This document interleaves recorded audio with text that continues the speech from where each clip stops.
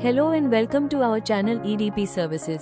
आज हम लेकर आए हैं इंडियाज पेरोल कंप्लायंस चेकलिस्ट 2025। इस वीडियो में आप PF, ESIC, TDS, labour laws और सभी जरूरी एचआर कंप्लायंस को सरल भाषा में समझेंगे। अगर आप एचआर, एम्प्लॉयर या स्टार्टअप ओनर हैं, ये वीडियो आपके लिए बेहद महत्वपूर्ण है। सैलरी, डिडक्शंस और एम्प्लॉय बेनिफिट से जुड़े लीगल रूल्स को फॉलो करना हर एम्प्लॉयर के लिए जरूरी है। ये कंप्लायंसेस ट्रांसपेरेंसी, फेयरनेस और एम्प्लॉय सिक्योरिटी इंश्योर करते हैं। PF, ESIC, TDS, professional tax और लेबर लॉज, ये सब मिलकर आपके बिजनेस को लीगल रिस्क से सेफ रखते हैं। सैलरी और स्टैट्यूटरी प्रोसेस शुरू करने से पहले सही एम्प्लॉय KYC होना जरूरी है। इसमें Aadhaar card, PAN, bank account, date of joining, designation और सैलरी ब्रेकअप शामिल होता है। पीएफ, ईएसआईसी और टीडीएस प्रोसेस बिना KYC के पूरा नहीं किया जा सकता, इसलिए डिजिटल और फिजिकल दोनों रिकॉर्ड संभाल कर रखें। प्रोविडेंट फंड यानी ईपीएफ एक अनिवार्य रिटायरमेंट सेविंग स्कीम है। कर्मचारी अपनी बेसिक जोड़ डीए का 12% पीएफ में जमा करता है और कंपनी भी 12% जमा करती है, जिसमें से 8.33% पेंशन में जाता है। साल 2024-25 का पीएफ ब्याज दर 8.25% है। हर महीने पीएफ का भुगतान और ईसीआर फाइलिंग 15 तारीख से पहले करना अनिवार्य है। यूएएन, आधार KYC और नॉमिनेशन अपडेट होना चाहिए। ईएसआईसी उन कर्मचारियों के लिए है जिनकी मासिक सैलरी 21,000 रुपये तक है। एम्प्लॉय योगदान 0.75% और एम्प्लॉयर 3.25% जमा करता है। इसके अंतर्गत मेडिकल, सिक लीव, डिसेबिलिटी और मैटरनिटी बेनिफिट मिलते हैं। हर महीने ईएसआईसी का भुगतान 15 तारीख तक करना होता है। 2025 में ईएसआईसी कवरेज और भी बड़े स्तर पर लागू किया जा रहा है। सैलरी टीडीएस सेक्शन 192 के तहत डिडक्ट किया जाता है।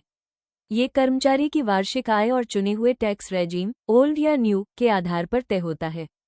टीडीएस हर महीने 7 तारीख से पहले जमा करना होता है। क्वार्टरली रिटर्न फॉर्म 24Q और साल में फॉर्म 16 जारी करना अनिवार्य है। भारत के हर राज्य में अलग अलग प्रोफेशनल टैक्स और लेबर वेलफेयर फंड नियम लागू होते हैं। इसके साथ बोनस एक्ट, ग्रेट्युइटी एक्ट और मैटरनिटी बेनिफिट एक्ट के नियमों का पालन करना भी जरूरी है। इसके अलावा आपको अपने राज्य के शॉप्स और एस्टैब्लिशमेंट एक्ट के तहत रजिस्ट्रेशन और रिन्यूअल करना होता है। हर कंपनी को attendance register, leave register, overtime register, wage register, PF और ईएसआईसी चालान्स का रिकॉर्ड रखना अनिवार्य है। सैलरी स्लिप और कर्मचारी से जुड़े सभी डॉक्यूमेंट्स कम से कम 5 साल तक सुरक्षित रखने चाहिए, ताकि किसी भी सरकारी निरीक्षण में समस्या न आए।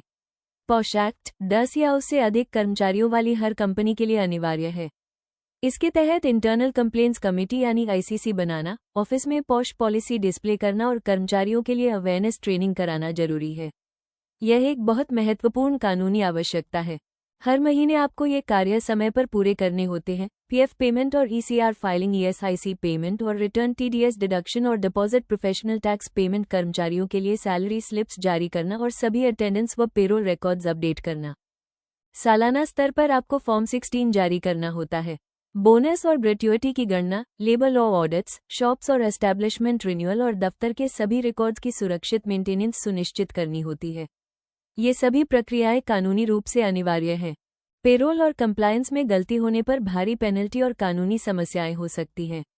ईडीपीएस में हम पीएफ, ईएसआईसी, टीडीएस और पूरी पेरोल मैनेजमेंट सर्विसेज 100% एक्यूरेसी के साथ प्रदान करते हैं। हम आपके व्यवसाय को कंप्लायंस रेडी रखते हैं, ताकि आप बेफिक्र होकर अपने संचालन पर ध्यान दे सकें। अगर आपको ये जानकारी उपयोगी लगी हो तो कृपया हमारे वीडियो को लाइक करें, शेयर करें और चैनल को सब्सक्राइब जरूर करें। मिलते हैं अगले वीडियो में नई जानकारी और नए इंसाइट्स के साथ। Until then, stay informed and stay connected.